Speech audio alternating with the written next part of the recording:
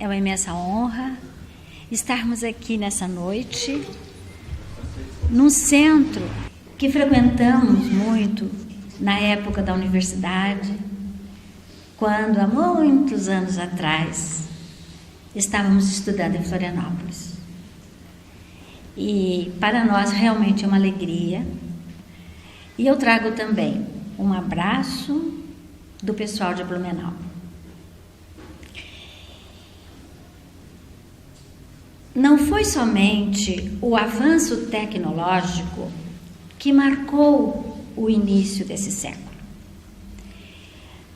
As relações interpessoais, as relações afetivas, têm sofrido grandes transformações, profundas transformações, que levam a mudanças na forma revolucionária de amar. Na forma revolucionária de amar e na forma revolucionária de observar o amor. Por isso, o tema que nós estamos hoje desenvolvendo é sobre a afetividade, um dos temas fundamentais nos dias de hoje. E a afetividade, justamente nas relações interpessoais, porque a questão da convivência, da relação entre as pessoas, hoje, mais do que nunca, pesa bastante, e precisamos, com os novos conhecimentos sobre inteligência emocional, sobre inteligência espiritual e tudo mais, termos uma visão um pouco mais ampla da importância desse tema, e por isso eu convido a todos a uma reflexão dentro desta área. A palavra afetividade, numa definição muito simples, implica no estado psicológico que permite ao ser humano demonstrar os seus sentimentos, as suas emoções e o seu agir em relação aos outros seres. Portanto, está trabalhando aqui na questão da ação afetiva em relação aos outros seres. É fundamental entender a afetividade para o desenvolvimento emocional da criatura. Hoje, tão estudado e tão aprofundado por todos os profissionais dessa área da psicologia, da sociologia, da psiquiatria, da educação, principalmente da educação, que tem que trabalhar com as bases desse desenvolvimento emocional e respondendo pela felicidade e a autorrealização do ser. Logo se nota que aqui estamos falando realmente da questão do amor. É inerente a afetividade ao ser humano e não pode ser dele dissociada de forma nenhuma, porque é natural em todos os animais, inclusive nos animais que, por instinto, se protegem, buscam essa ligação afetiva com a própria prole, com o próprio desenvolvimento. E o ser humano da mesma forma. É a questão de segurança, é a questão da necessidade do apoio, do interrelacionamento entre todas as criaturas. Uns dependemos dos outros, como já vamos ver.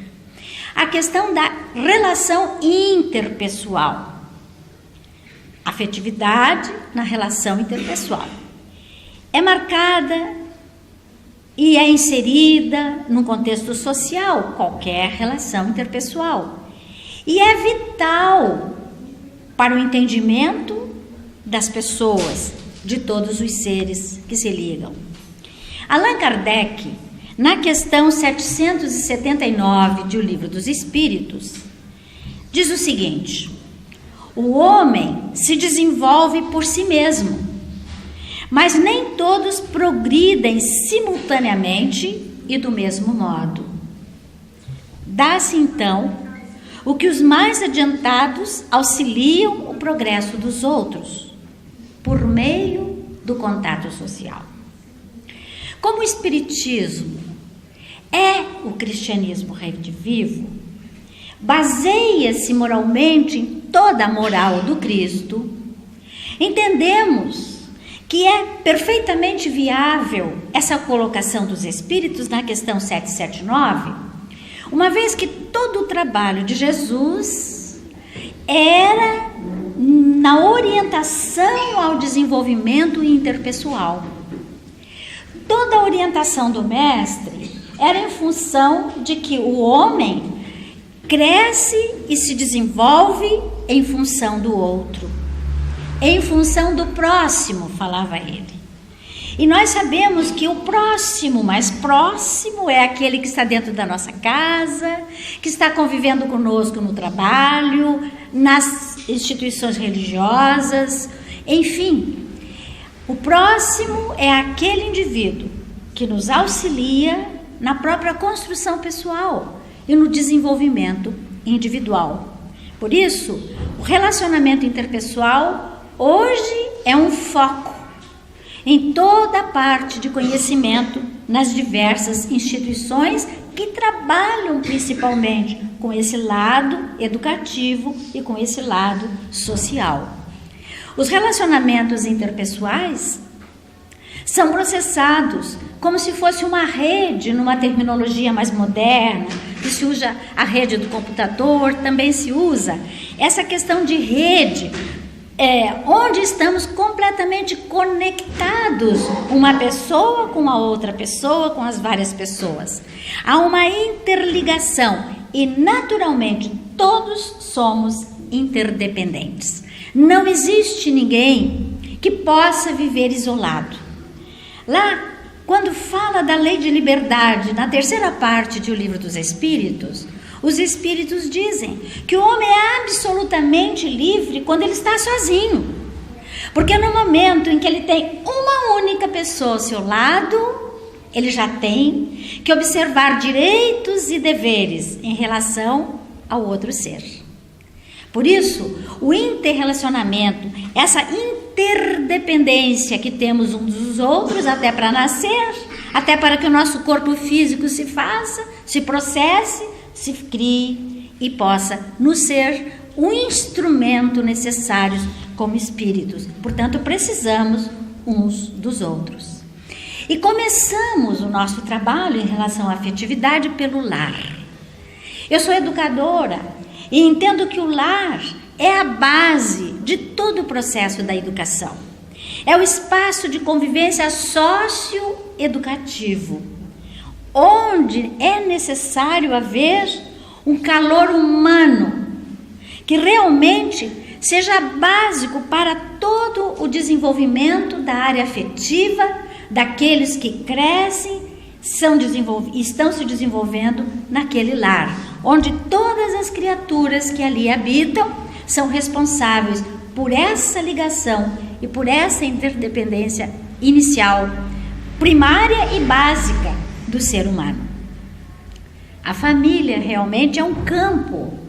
Nós que somos espíritas sabemos disso, porque pela visão reencarnatória, sabemos que não estamos nascendo pela primeira vez. Sabemos que já tivemos muitas existências anteriores e que o nosso renascimento depende, inclusive, de uma programação anterior, de um planejamento que no mundo espiritual, com a assessoria direta dos nossos mentores espirituais, dos nossos anjos de guardas, dos nossos amigos, benfeitores que nos acompanham, às vezes por muito tempo, estão programando conosco, a partir do nosso currículo vitae, que é examinado, é testado e se elabora toda uma questão de compromissos para que nos lares essas necessidades do espírito, tanto afetivas quanto os desafetos que lá se encontram,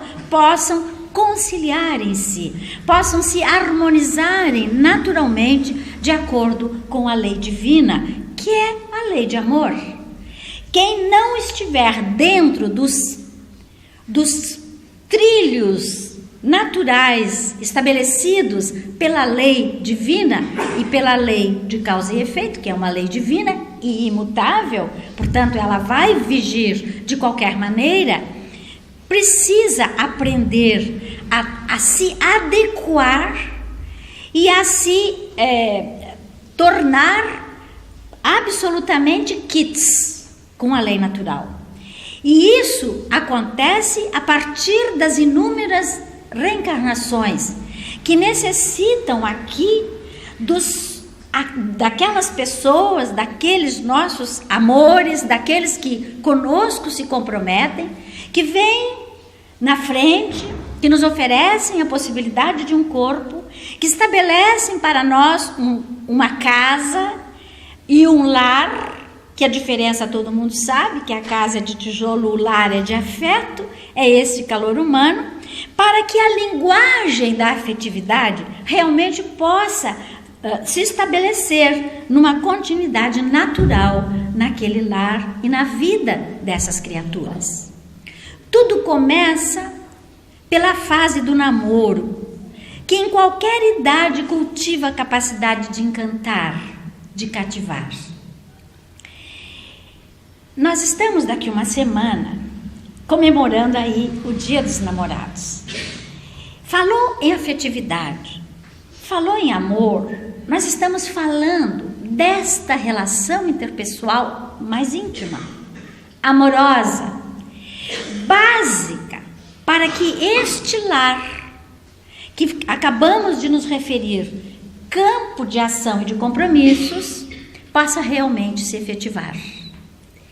E eu lembro aqui de uma obra maravilhosa que eu acho que todos conhecem, mas que eu gosto muito, que é O Pequeno Príncipe, de Saint-Exupéry, Antoine de Saint-Exupéry. E ele fala, num diálogo maravilhoso, quando o Pequeno Príncipe conversa com a raposa, e a raposa, dando orientações pela sua experiência, pela sua maturidade, e fala para o Pequeno Príncipe que queria ser amigo dela, que queria ficar pertinho dela. E ela disse, não, você primeiro tem que cativar. Continuava falando e o Pequeno Príncipe dizia, mas o que é cativar? Cativar é criar laços. Para que um relacionamento seja caloroso dentro do lar, criar laços é indispensável. E isso começa justamente no namoro, quando são restabelecidos e estabelecidos vínculos afetivos. E o Pequeno Príncipe, na conversa com a raposa, depois quando ele sai e se despede, ele lembra que ele tinha uma rosa, e essa rosa se enamorou dele, ele se enamorou da rosa. E ele falava constantemente dessa necessidade de cativar, de criar esses laços que depois de realmente criados e efetivados nos corações e pensamentos das criaturas, não se rompem com tanta facilidade. Em O Evangelho segundo o Espiritismo, Allan Kardec coloca claramente que o processo reencarnatório encurta os laços, prendem os laços, que os espíritos que amam e que atingiram aquele ponto já onde as virtudes são capazes de trabalhar através dos grandes sentimentos, não há retrogradação. A ligação amorosa se espalha, e quanto mais o ser sabe amar, mais ele abre os braços para a própria humanidade. Não é egoísmo, não é fechado, é maior. Vejamos nós que os grandes espíritos que realmente amam, se estenderam com seus ensinamentos para toda a humanidade, onde o nosso número 1 é Jesus Cristo. Portanto, os vínculos afetivos são indispensáveis para a estrutura que vão fortalecendo os espíritos. E antigamente, o namoro seguia aquele ritual bem normal, bem conhecido. O namoro, o noivado e o casamento. Eram 3 fases da vida plenamente determinada, delimitada, e que eu acho, pelo que eu estou observando, muitas das pessoas que aqui se encontram passaram por essa fase como eu passei. Namorava, depois então tinha o tempo determinado para o namoro, para o noivado, que era uma antecipação mais próxima à questão do casamento, que tinha uma visão diferente da atual visão do casamento. Hoje, as coisas mudaram bastante. É a questão dos ficantes, é a questão das ficadas, onde não há compromisso entre os jovens. Hoje, ao invés de falar talvez ficantes e ficadas, namoriques, namorex, amizade colorida, sexo recreativo, fruição recíproca. Terminologia bastante utilizada em relação aos ficantes. E que para nós espíritas, que temos uma visão de responsabilidade em função dessa relação afetiva, chamamos para reflexão este momento. O namoro perdeu aquela conotação antiga de se conhecer, para já às vezes no primeiro encontro partirem para aprofundamento das relações íntimas. E aí nós vemos a questão do sexo recreativo, onde os jovens e talvez os pais dos jovens não pararam para pensar na orientação e na responsabilidade sobre este momento muito mais sério do que se pode imaginar. Essa fruição recíproca que realmente Emmanuel, no livro Vida e Sexo, quando ele fala do namoro e diz que a época, a fase do encantamento, chama-nos a atenção para esta responsabilidade desses momentos do ato de namorar, que já bastante descompromissado vai além do desejado, além do namoro virtual, que hoje não poderíamos apenas nos referindo, mas não poderíamos esquecer que ele existe. Hoje os sites de relacionamento, as redes sociais de modo geral, as agências matrimoniais fazem o trabalho do antigo namoro, do antigo noivado, e de uma forma interessante, totalmente virtual, as pessoas ficam às vezes por muito tempo tentando se conhecer, até que marcam um encontro e que infelizmente em muitos casos, não digo todos, tem acontecido graves problemas em relação a isso. Joana de Ângeles, no livro Amor, Imbatível Amor, fala das fases do amor, onde ela classifica em fase infantil, fase juvenil e a fase madura.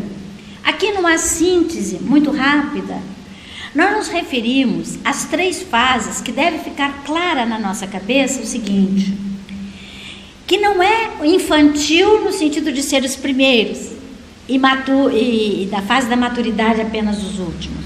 Nós temos muitos jovens que têm um amor mais maduro, que têm um relacionamento que funciona de uma forma muito mais efetiva no sentido amoroso. Como temos pessoas com muitos e muitos anos, às vezes, do relacionamento que são infantis na forma de agir, na forma de proceder. Por isso, Joana estabelece essas três fases. Ela fala que a fase infantil é a fase dos atrativos físicos, aquelas em que a paixão ardente, ciumenta, dominadora, possessiva, funciona com muita intensidade. Fala ela da ansiedade afetiva, da eterna cobrança de carinhos, cobrança de atenção. E muitos jovens são descompromissados com o próprio relacionamento. Às vezes com filhos, às vezes com a esposa, às vezes com o esposo. Não existe uma real noção da responsabilidade assumida naquela relação amorosa. Por isso chama ela de infantil, onde muitos não cresceram e vivem naquela chamada síndrome da Cinderela. Quando o príncipe encantado vai chegar, quando ela está esperando, quando ele vem com aquele mundo mirabolante de ideias e não consegue realmente harmonizar e trabalhar adequadamente o seu compromisso. E muitas vezes é inconsequente na vida comum. A fase juvenil é a fase do amor romântico, que continua a fase juvenil, mas que traz muito dessas ideias que estamos colocando aqui. Flávio Zicovati, que é um psicólogo, tem programas aí nas rádios e tudo mais, ele diz, tem uma frase interessante, ele diz assim: o amor romântico parte da premissa de que somos uma fração e precisamos encontrar nossa outra metade para nos sentirmos completos.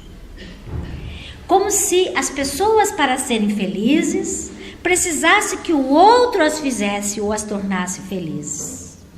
Enquanto que sabemos, pela própria doutrina espírita, que nós somos uma individualidade, o espírito é uma individualidade.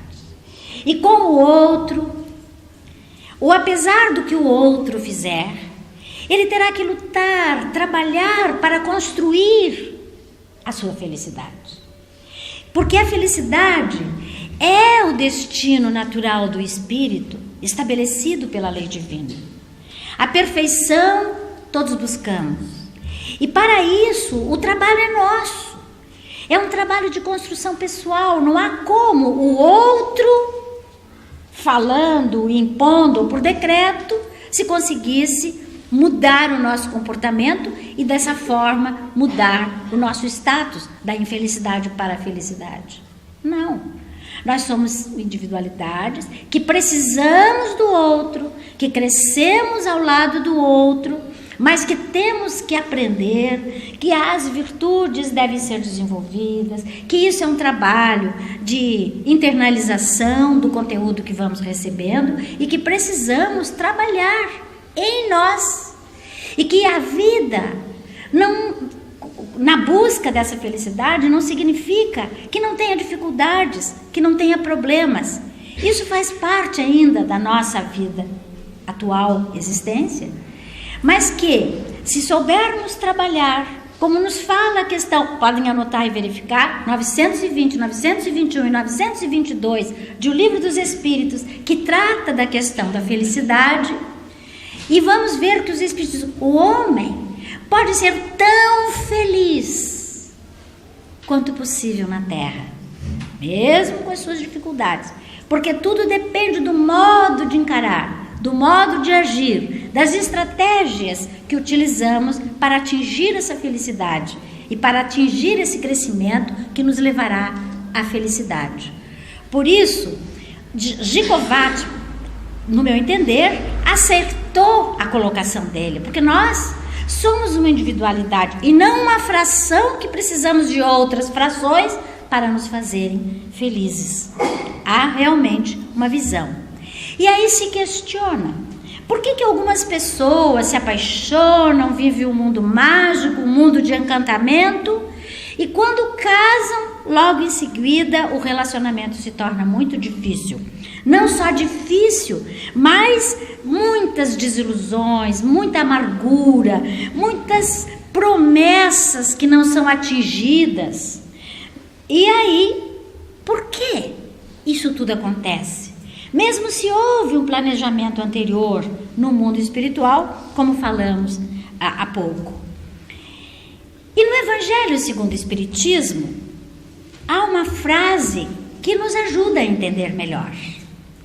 Em nossos dias, geralmente, o casamento não leva em conta a afeição entre dois seres, mas a satisfação do orgulho, da vaidade e da cupidez, numa palavra, de todos os interesses materiais. E o codificador desenvolve muito bem esse tema, não só no Evangelho, mas também nas demais obras básicas. E a gente começa a raciocinar e observar e verifica que muito hoje realmente é verdadeiro. Porque as pessoas que não estabelecem, não criam esses laços, conforme colocamos até aqui, buscam apenas os interesses materiais, a começar pelo corpo físico. E o corpo físico, é matéria, que com o tempo ela vai se transformando, porque ela é transitória. E hoje ou amanhã ficará na terra. A individualidade é que retorna ao ser espiritual, ao mundo espiritual. E nessa mudança anatômica, fisiológica do corpo físico, nós vamos perdendo aquela vitalidade, vamos perdendo muitas das características jovens que tivemos até então. E se o relacionamento afetivo não realmente funcionar na cabeça dos interessados e dos envolvidos, há um afastamento. É quando chega aquela idade boba da idade do lobo, aquela busca de novidades, de pessoas mais jovens, para satisfazer muitas vezes as necessidades incompreendidas do próprio homem ou da própria mulher. E muitas vezes esses livros de autoajuda ou algumas orientações dizem: vai em frente, busca sua satisfação pessoal, a vida é isso mesmo, a vida é curta. E tá no ouvido das pessoas, e as pessoas desavisadas muitas vezes caem nesses processos, assumindo infelizmente graves compromissos pelo não cumprimento dos deveres que foram assumidos anteriormente. E nesta vida, quando busca o seu ser amado inicialmente, que depois então vai se modificando por falta de uma estrutura mais sólida, igual aquela que Jesus falou, que a casa tem que ser construída sobre a rocha e não sobre a areia. E aí o que acontece? A fotógrafa Gina Goldenstein, ela faz um trabalho de pesquisa em relação a essas princesas arruinadas, como ela chama, que vivem nesse mundo mágico da fantasia de um amor infantil. E depois casam respondendo aquela pergunta que nós fizemos: por que tudo perde o encanto? E aí vê que a realidade é outra. Os filhos veem, relacionamento sexual leva a sérios compromissos. Os filhos vêm, a vida vai passando, e aqui está a nossa Branca de Neve, com 4 filhos, cachorrinho ajudando a fazer a limpeza da casa, o príncipe, na vida de príncipe, né? E ela desencantada, triste, aí vem as desilusões, as tristezas, a dor de coração, as buscas de novas aventuras, com a intenção de resolver a sua problemática. Amor infantil, amor romântico. Romantismo é lindo, deve existir, precisa estruturar o casamento ou a união, mas tem que ter pé no chão. É bonito, como diz o poeta, olhar e admirar as estrelas, mas os pés têm que estar aqui, firme, na terra, e aí a coisa segue com maior equilíbrio. E esse mundo mágico, na verdade, é um triste engano, né? As expectativas são projetadas, os sentimentos não são correspondidos, e as desilusões amorosas às vezes geram frustrações e geram traumas por muitas e muitas vidas posteriores. Convivência fria, desmotivadora. Coitado do rapaz, chega a se ajoelhar para entregar as flores, mas a afetividade não existindo, a relação realmente adoece morbidamente. E às vezes situações graves. Acontece por conta do ciúme, da inveja, das cobranças. Aí nós temos tantos e tantos casos de até crimes passionais em função da falta da afetividade e da falta de amor. E aí o que acontece? É bem isso mesmo, o príncipe vira sapo, a princesa vira bruxa, e é aquela coisa linda que você achava antes, e aquele rapaz com aquela glostória no cabelo, com aquele gel tão bonito e tão posudo, começa a se tornar muito diferente do que aquele que nós imaginamos para a nossa vida.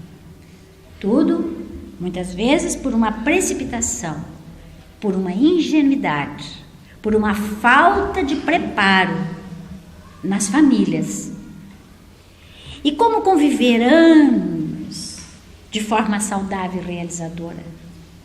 Como que a gente vê casamentos que duram muitos anos, 70 anos, 60 anos, ainda existe. E aí hoje as estatísticas mostram que atualmente os casamentos 10 anos, 12 anos, já começam a se deteriorar. Por falta, talvez isso aqui merecesse um seminário para que a gente trabalhasse os motivos antigos, os motivos atuais, o que tinha de bom lá, o que tinha de negativo, e aqui a mesma coisa, né? Ninguém quer fazer radicalmente uma colocação de que lá prestava, hoje não presta. Não é isso. Mas temos que refletir a respeito das causas que levam a essas diferenças. O mundo muda. E a melhor estratégia para salvar o casamento é saber mudar junto. Se adaptar, se modernizar, se atualizar. O que se busca é uma relação compatível com os tempos modernos. As relações de dominação e de concessão exagerada são coisas do século passado. Principalmente em relação à mulher, que era muito mais presa, era muito mais dominada, submissa, pelas contingências da própria sociedade, da época, com as guerras mundiais, com as necessidades do mundo industrial, da revolução industrial e tudo mais. Começou a mudar muito o mundo socioeconômico. E a mulher teve que deixar o casulo do lar, o gineceu, como diziam os gregos, e sair em busca do enfrentamento à vida social, para trabalhar também com relação ao fenômeno econômico e auxiliar muito mais na vida do lar. Por isso, há uma modificação muito grande na vida dos lares, nos casamentos, etc. Mas a fase madura, nós vimos a infantil, vimos a juvenil, e vamos ver como se dá essa fase madura, que hoje no mundo moderno precisa realmente estar ativa, sem domínios e submissões. O homem e a mulher, os casais, têm em pé de igualdade. Não é nenhum e nem o outro ir na frente, é estarem juntos, convivendo juntos. Crises devem ser superadas a dois, onde um é o suporte do outro, é o apoio do outro, é a ajuda mútua no relacionamento, na união a dois. Diz o Dr. Alberto Almeida, essa visão de liberdade do ser amado impede que os embates naturais da vida cotidiana se transformam em combates desnecessários. São mais maduros, têm que trabalhar a compreensão, como já vamos ver adiante. Valorizam a rotina e os pequenos atos. A rotina é necessária porque é a convivência que nos faz conhecer o outro e que nos permite a vivência das virtudes em cima de tudo. O casal, então, dessa forma, conhece a importância amorosa e afetiva de andar de mãos dadas, do olhar cúmplice, casal que se dá bem, um olha para o outro e já se entende, não precisa falar muito. A linguagem do olhar, tão estudada hoje, atualmente. É uma frase inteligente. É uma frase que deve existir no relacionamento da união de dois seres. É que seja positiva, que levante a autoestima do outro. E não aquelas frases que derrubam. Você mesmo não vale nada, você não serve para nada. E coisas do gênero.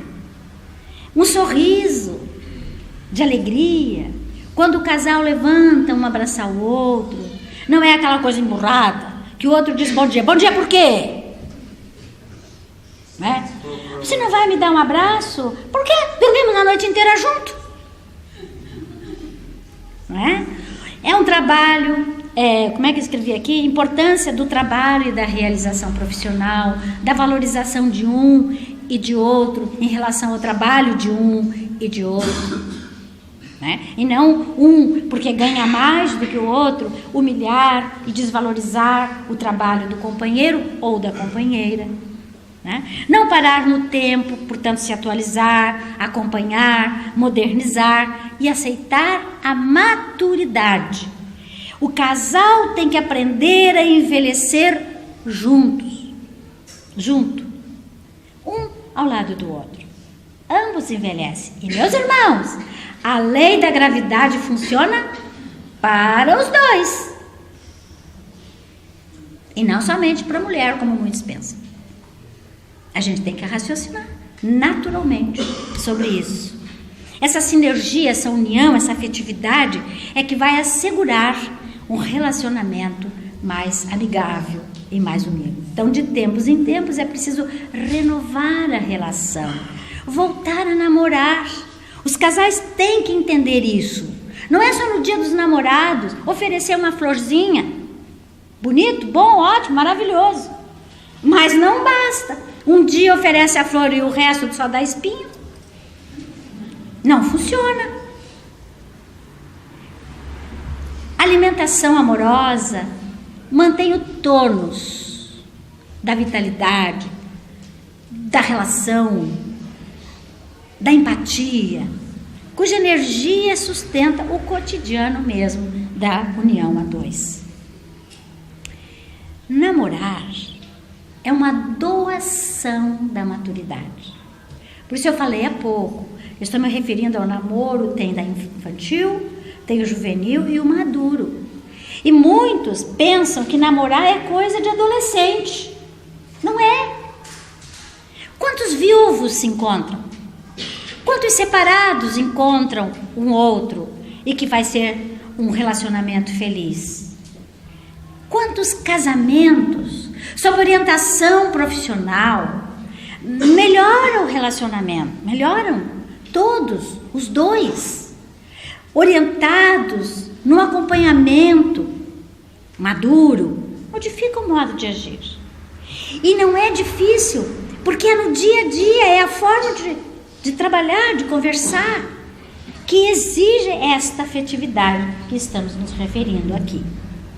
Então, a maturidade, quando a paixão, lá do corpo bonito, do dinheiro farto e não sei mais o que, transforma-se naturalmente num calmo sentimento. E é neste momento que nós precisamos do companheirismo, do interesse, da atenção com o nosso companheiro, de dedicação, de ter o prazer da companhia do outro. Porque existem casais que não têm prazer na companhia do outro, tem sempre precisando chamar um amigo, chamar o outro, não sei o quê, porque não consegue ficar sozinho com o cônjuge, com aquele com quem convive. Para viajar, jamais viaja sozinho, porque tem que ter 10 junto para poder movimentar a relação. Coisa chata, só eu e ela, ou ele e eu. E não é assim. Tanto que os terapeutas de casais orientam que as pessoas, os casais, precisariam de tempo em tempo ter um relacionamento, ter sem filho, juntos, passear, nem que seja no final de semana, para que andem, para que conversem de forma diferente, sem a ansiedade do dia a dia e das questões naturais do cotidiano. Cumplicidade, Aquilo que nós falamos do olhar, basta um olhar para o outro, já sabe. Porque está acostumado, porque conhece, porque tem vivência, porque tem rotina. E o aconchego, então? Existe coisa melhor? Eu já vejo muitos aí aconchegadinhos, que eu comecei a falar, já se aconchegaram.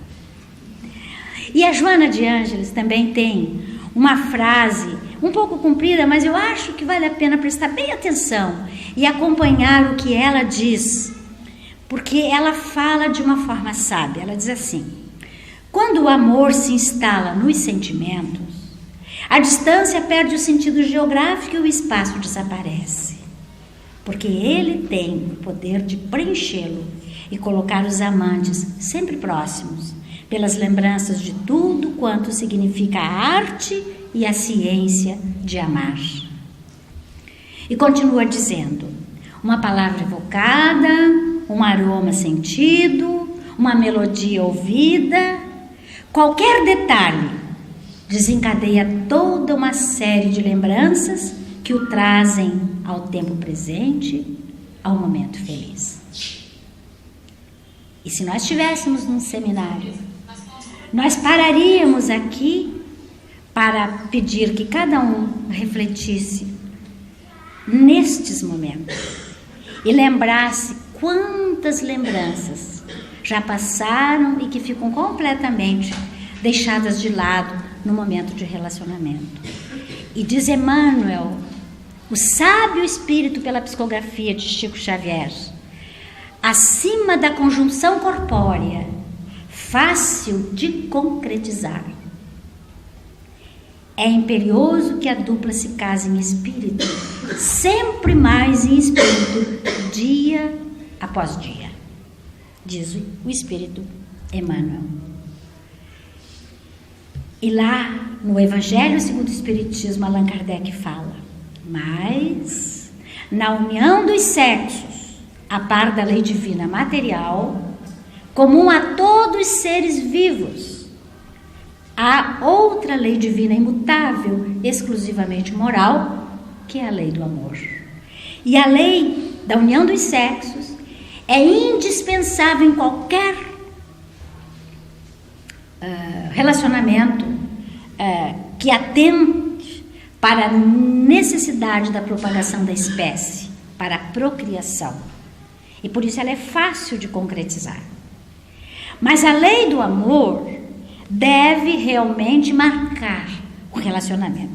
Diz ele o seguinte: quis Deus que os seres se unissem não só pelos laços da carne, mas também pelos da alma, a fim de que a afeição mútua dos esposos se lhes transmitissem aos filhos, e que fossem dois e não somente um a amá-los, a cuidar deles e a fazê-los progredir. Está lá no Evangelho segundo o Espiritismo.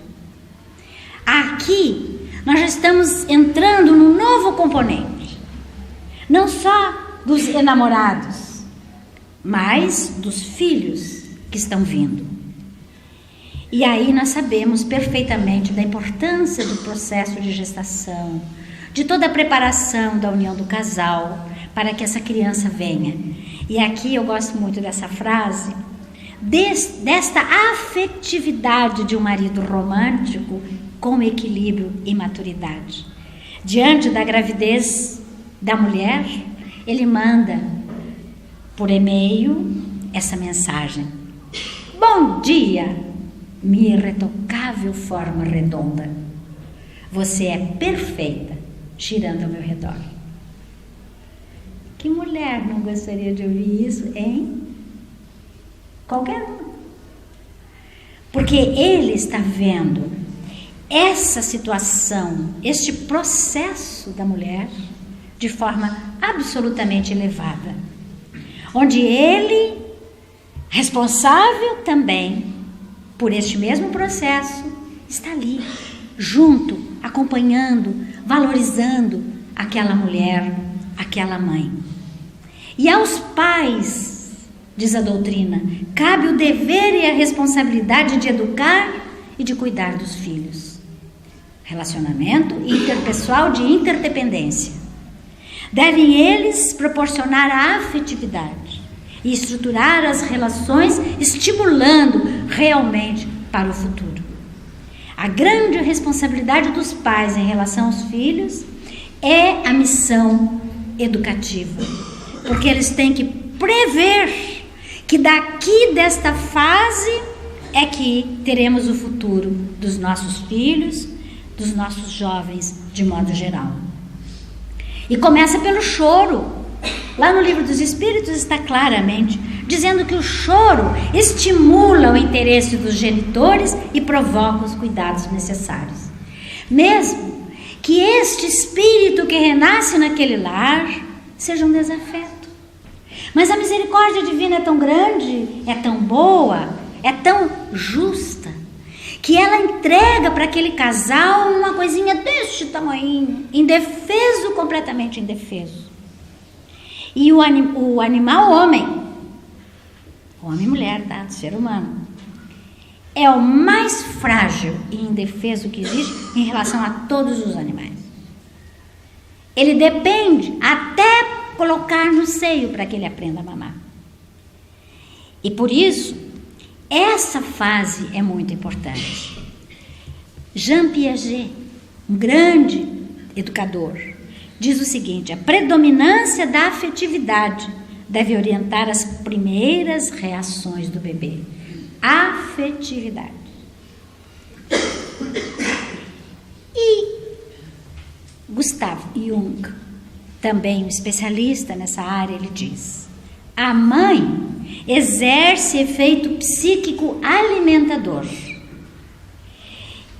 Psíquico alimentador, portanto, não é só o seio que alimenta, mas é toda aquela questão do afeto, aquela questão da união, aquela questão do carinho, do passar a mão, de passar a mão na cabecinha. A criança sente o toque e isso acalma, desestressa. E essa criança vai se sentindo protegida, amparada.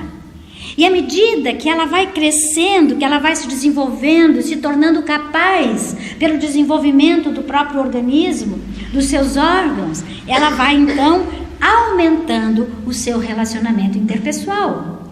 E é a mãe, aquele primeiro elemento que está ali junto com ela, assessorando, numa linguagem própria do bebê, afetiva, conversando com aquela criança, orientando amorosamente. E a criança fala o gugu dela, e a mãe entende todos os gugus. E a mãe fala e a criança entende a mãe. O cheiro, a batida cardíaca, o modo de pegar, o modo de passar a mãozinha. Isso é afetividade, que vai criando vínculos. Por isso os espíritos dizem que o amor materno é o amor mais puro que tem. Porque ele não faz as cobranças que qualquer outra forma de relacionamento às vezes faz.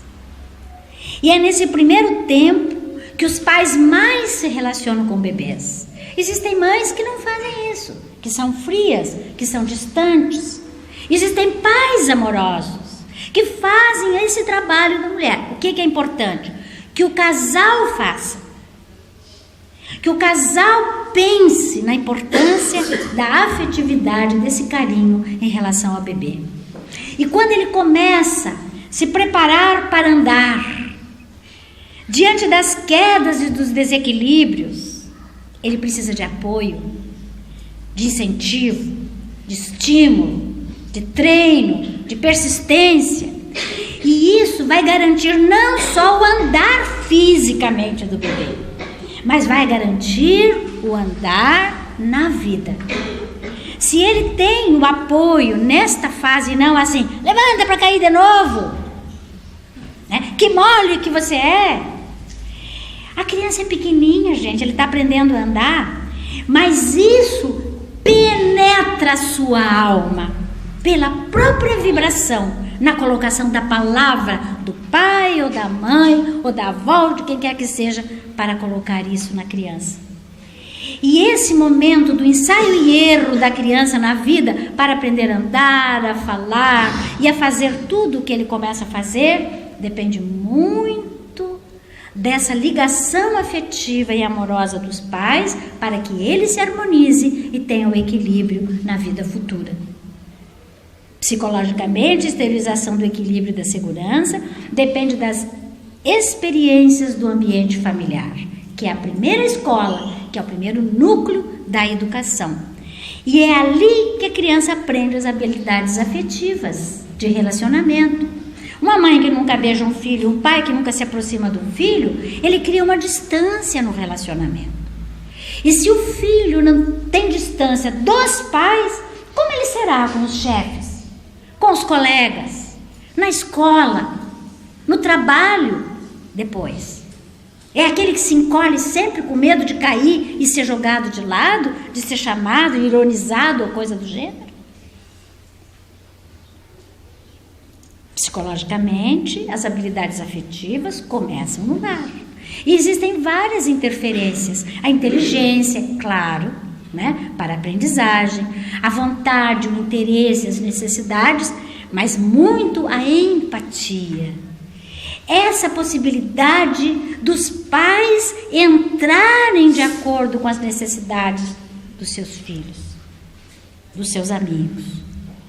E a afetividade é fundamental para regular os sentimentos e as emoções. E no desenvolver da vida, a presença ou a ausência do afeto vai marcar profundamente através de recordações, através de experiências, as reações emocionais de cada um.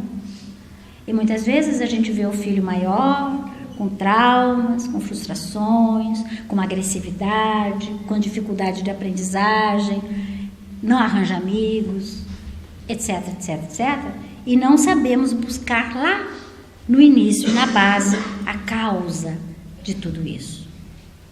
E muitos pais, meus irmãos, transferem a responsabilidade por individualismo, por imediatismo e por desinteresse até em relação à sua prole.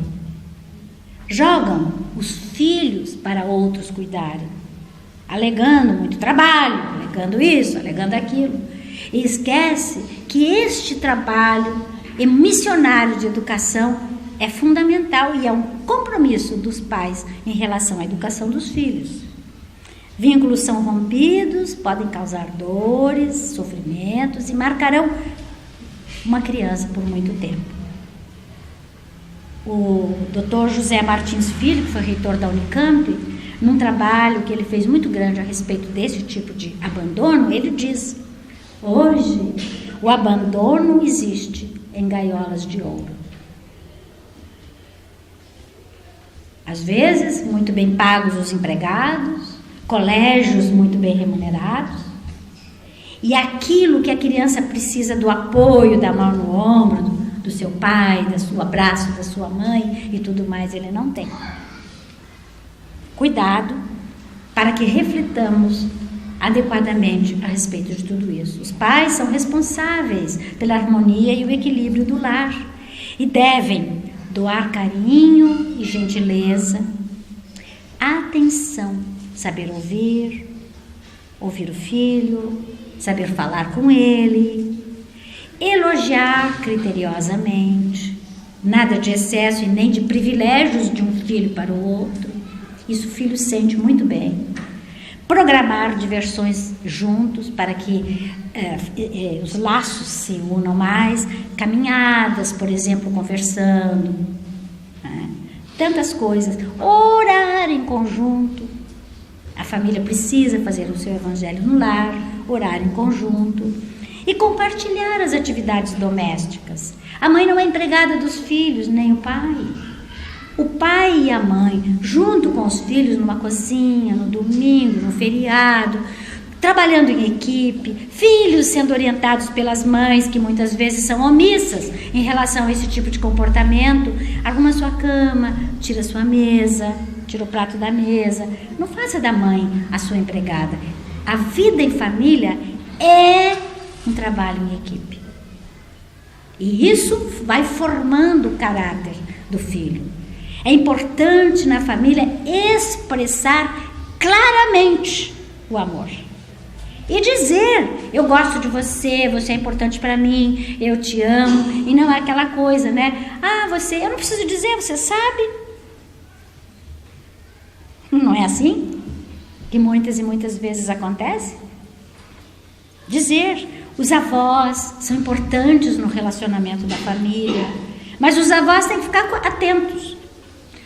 O papel deles de pais já passou.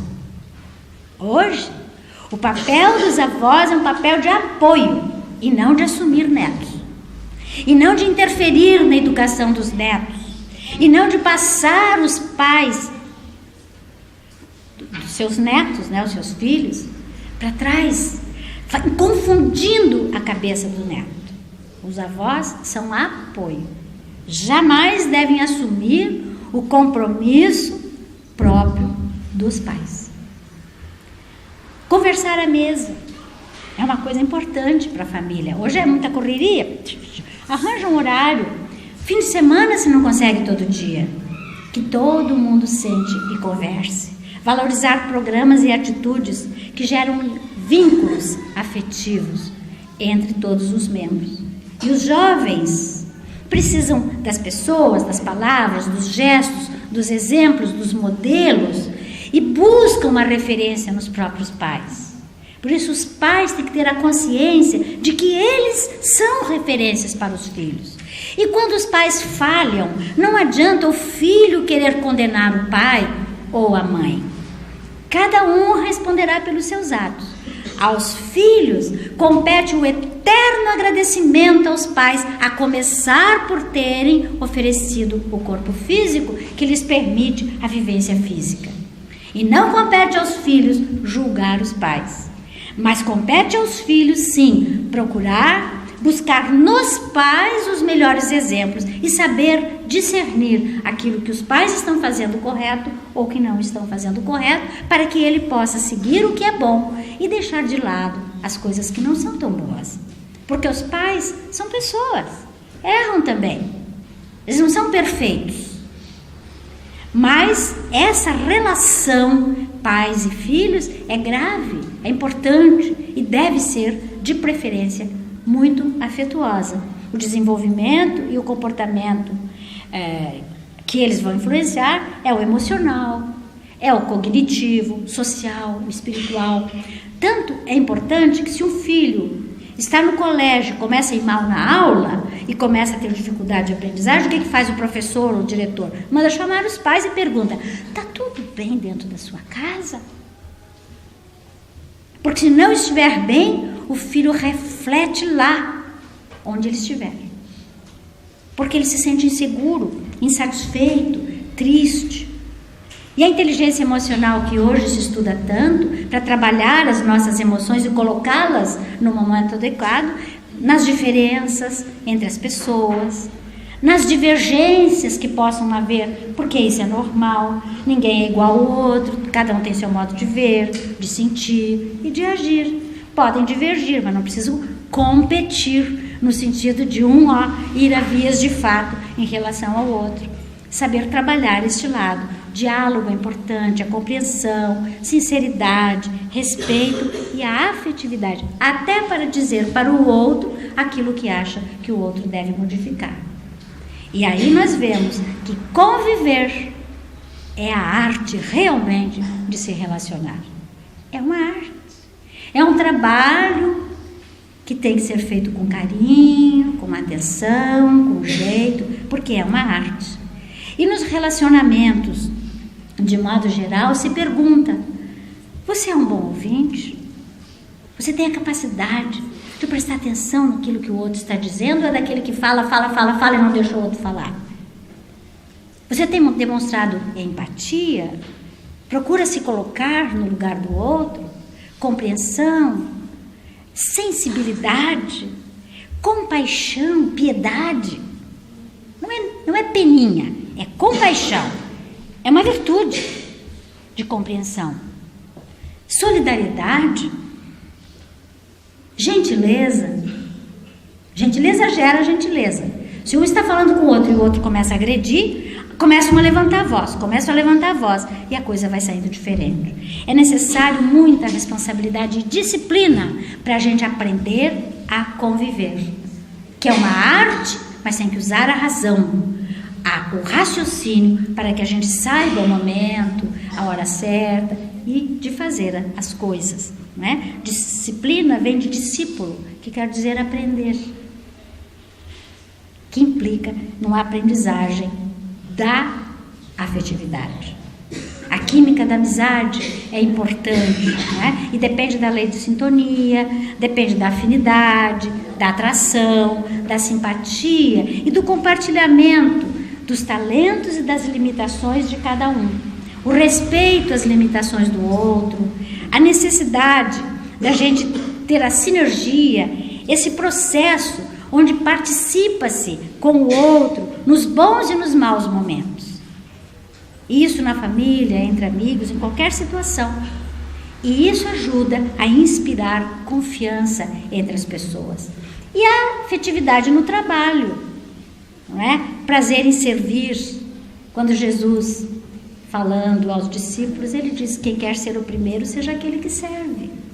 Servir é uma necessidade e é incondicional, né? Hoje, no mercado de trabalho, pesa muito a questão das habilidades de relacionamento interpessoais. Antigamente, era importante, ninguém sabia fazer, era a competência técnica. Claro que a competência técnica é necessária, mas hoje há um peso muito grande na questão do relacionamento interpessoal. Como é que eu trabalho? Como é que eu me relaciono com as outras pessoas? Você é afetivo? Você tem liderança servidora? Como é que você age junto aos outros? Que qualidades são afetivas, são indispensáveis no trabalho? Motivação, estar atento para o trabalho, o comprometimento, responsabilidade, confiança, ética na maneira de agir, a cooperação, resiliência, flexibilidade, né? E a proatividade, ser aquele que tem a capacidade de tomar decisões, de ir à frente. Se tivesse tempo, eu contaria algumas historinhas para vocês em função disso, que são muito interessantes. Então, as qualidades comportamentais da afetividade são indispensáveis. E a afetividade é de grande importância também, hoje comprovada pela era médica, da saúde emocional e da saúde mental junto aos seres humanos. Essa afetividade favorece a saúde realmente. E uma coisa importante aqui, diminui a incontinência emocional, que é uma terminologia nova, de 10 anos para cá. A incontinência urinária é aquele que não consegue segurar o xixi, não é? A incontinência emocional é aquele que tem dificuldade para inibir as suas reações afetivas. Não consegue dominar a agressividade, o mau humor, no relacionamento e muitos outros. Aí o medo, a rejeição, a solidão, a ansiedade, o desamparo, a saudade, né? Pessoas, por exemplo, principalmente é muito comum no caso de viuvez, quando um dos cônjuges, aquele que ficou, não consegue dominar, diminuir a sua incontinência emocional, não consegue dominar a saudade de uma forma. A afetividade não significa cair no processo inverso de dependência, de desespero. Se ela for trabalhada de forma equilibrada, sabe-se e se compreende que cada fase, cada situação é importante. Dalai Lama diz que no mundo de hoje a sensação é de que as pessoas estão perdendo os laços afetivos. Em todas as situações, cada vez, diz ele, as pessoas se tornam mais difíceis nesses encontros de afeto, nas comunidades, da sensação mesmo que passa e que recebe do grupo, ela tem dificuldade de fazer essa ligação nos atos afetivos. O Espiritismo, meus irmãos, desafia os espíritas. Isso para nós é um desafio. Porque é necessário educar os nossos sentimentos e exercitarmos o amor. E aqui, na casa espírita, nós temos realmente que não só ficarmos na teoria do espiritismo, mas temos que vivenciar aquilo que nós pregamos. E eu sou a primeira na frente. A gente costuma falar muito, sabe tudo, teoricamente, cita isso e cita aquilo. Na prática do dia a dia é que nós temos que realmente aplicar este conteúdo para que realmente sejamos espíritas verdadeiros, como diz o codificador lá no Livro dos Médiuns, e não aquele espírito imperfeito que acha linda a teoria, mas para os outros cumprirem. Espíritas amai-vos, espíritas instruí-vos, diz o Espírito de verdade. E a instrução é necessária para que a gente saiba equilibrar o amor. E nas sociedades espíritas, realmente nós encontramos um verdadeiro laboratório dessas aplicações do espiritismo em termos de orientação, né? Paciência, a gente aprende, a alteridade, reconhecer as diferenças e os limites do outro, o respeito, a gente aprende isso no grupo de estudo, respeitar o opositor, compreender quando o outro diz alguma coisa que não está tão correta, compreender, orientar se a gente já sabe, perdoar, o perdão, a fraternidade junto aos nossos irmãos e a caridade. Porque tem gente, uma vez alguém disse para mim, Carmen, é tão interessante, a gente entra na casa espírita, é todo mundo beijinho para lá, beijinho para cá, cumprimento, todo mundo é bonzinho. Você passa pela pessoa no outro dia na rua, ela não te enxerga. E eu disse, pois é, são pessoas que não sabem realmente vivenciar o conteúdo que está ouvindo, aprendendo e estudando. Espírito é imperfeito. Por isso, meus irmãos, lembremos, encerrando o nosso trabalho já, de Jesus. Porque ele disse que nós temos que amar o próximo como a nós mesmos. E Jesus foi um verdadeiro revolucionário. E revolucionou essa área da convivência.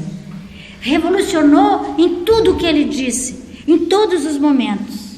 Mas ele deixou claro que para vivermos fraternal e pacificamente, nós precisamos conviver amorosamente. Sem isso, nós não conseguiremos. Amar o próximo, meus irmãos, é promover transformações atingindo a própria orientação do codificador que disse que o verdadeiro espírita é aquele que se transforma. É conquistar a harmonia na convivência diária. Quando nós conseguimos melhorar o nosso modo de ser, as nossas formas de expressar, de trabalhar, as nossas agressividades, nós estamos subindo sempre mais um degrauzinho e melhorando diariamente. É uma forma de avaliação. E a qualidade da vida humana, tanto emocional quanto relacional. Joana de Ângeles diz no livro Rumo da Felicidade: um ser afável, portanto afetivo, é um coração feliz. Muita paz a todos, muito obrigada por tudo e até uma próxima vez, se Deus quiser. Que Jesus nos abençoe.